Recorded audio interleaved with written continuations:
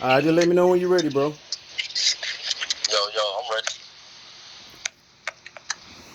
Alright. So, welcome to 32 Fur TV, man. Who I got in the building with me? Man, stupid young, $ young, greatest Asian rapper to ever do it. Yeah, what's up with you, bro? How you living? I'm cool, I'm chilling. Been quarantined, working, staying out the way. That's it. You know what I'm saying? Trying to get this money, get this bag. Okay. Now I want to start from the beginning, man. Like, can you just like really just give us like who is Stupid Young like from the beginning? Man, basically, Asian artist coming out of Long Beach, California on the West Coast.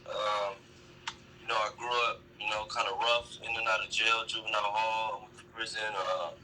Was gang banging real tough. Family is very gang banging orientated.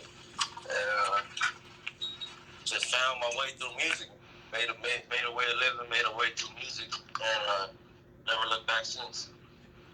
Okay. So I noticed that you said you was, quote unquote gang banging or whatever, like, you know, did that like get you into like trouble or anything like that, or like, affect your life in a in a decline way?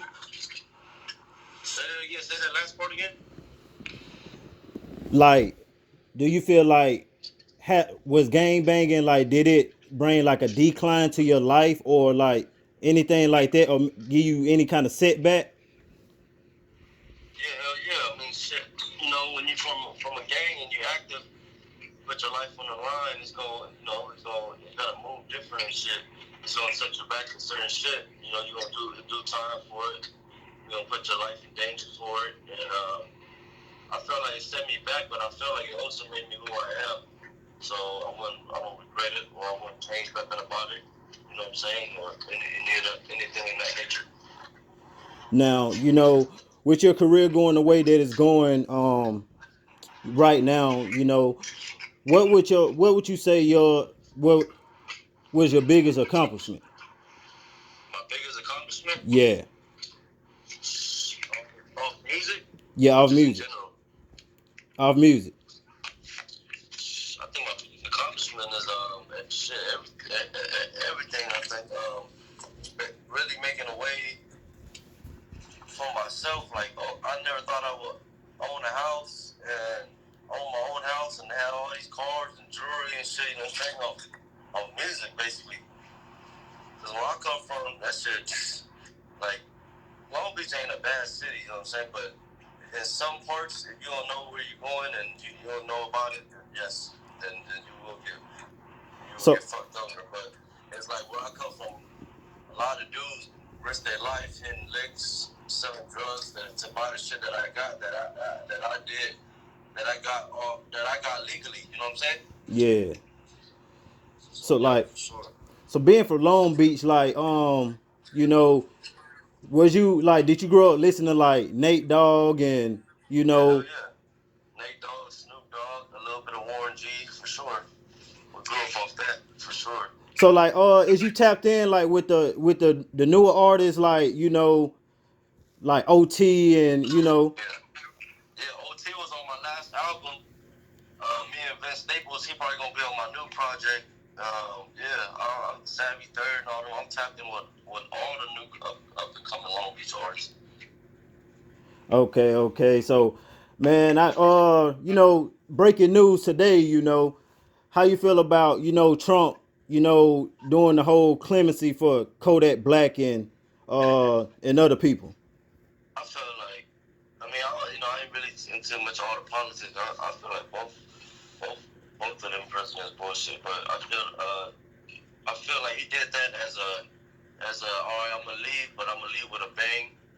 Y'all hate me so much, or like kind of like, oh, y'all should have kept me in office, this and that. Kind of like, everybody hated him, but he did that. He freed Kodak and Wayne and them, and just so folks could be like, oh shit, you know what I'm saying? Just to Yeah. have like some leave on good terms and shit.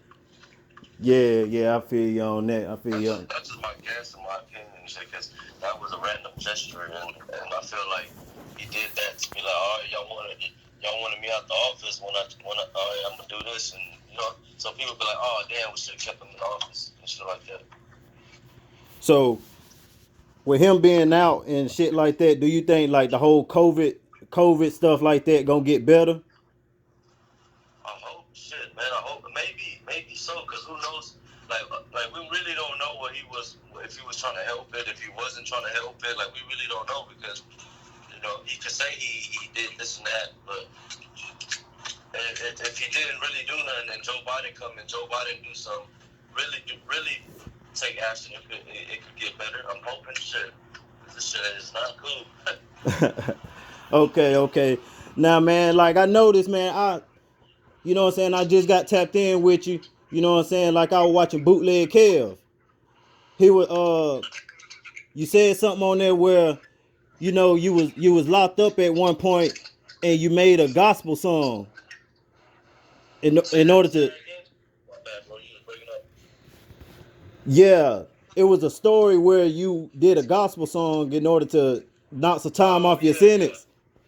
Yeah, man, I was locked up. I was locked up for I was locked up for a gun charge. I was supposed to do 9 months, and that's when I really found rap. When I was locked up in that juvenile camp, and next thing you know, they had an offer for me where if I do this song with this lady from Sony, they'll knock off 3 months, and I'm pretty sure anybody would have did that. You know what I'm saying? Shit, if they told me to do a country song or a rock song, I would have did that shit too. So like, where the song at? Like, why we ain't heard it? I ain't gonna lie, bro. I don't even think we could find it anymore. But I was saying some real. It wasn't really like no gospel shit. It was just like her singing, and like it was just like a white lady singing, and me randomly being over there. And no one knew who I was at the time, so I was cool with it. I'm like, all right. And but I still use the name Stupid Young, but I was saying some real. I was just being me on there. I was saying some real shit. You know what I'm saying? Saying a lot of homies did. A lot of homies, didn't get a C21 and this and that. Okay. So like, man, last thing, man, like, what's your goals for 2021, man, and speak on your tape, man, that you just released. Say that again, bro. You was breaking up. I said, man, speak on 2021, your goals and shit like that, and speak on your new mixtape, your new album. Yeah, man, my new album called From Here On Out. If you go to my Instagram, $Young, $Young, but Young has 2 G's on it. You just gotta spell $Young, and when you go on my Instagram, the link is in my bio. I felt like that project, cause with the whole COVID shit going on, I could have did more promo and more like marketing shit and traveling around doing interviews and shit to promote it. But I feel like the album is solid. I think it's my favorite one by far. And then I got OG Genesis on there. I got Blueface, T Grizzly, Mike Sherm, a lot more. And I feel like I could have put more work into it, but then when I actually listen to it and shit like that, it's when you don't plan something but it comes out right. Yeah. I feel like that's how to describe my project. Like very little plan, but that shit just came out fire. Okay. Sure, like track for track. All right. Well, shoot, man. And also, with my 2021 goals, just release more music, keep doing me. Every year, just with the music, every project I drop, I just try to elevate. You know what I'm saying? Just try to go higher and higher and higher. That's it. All right, well. Trying to take it to another level. Shit. All right, the interview over, man. Hey, shoot, man, I appreciate that, man.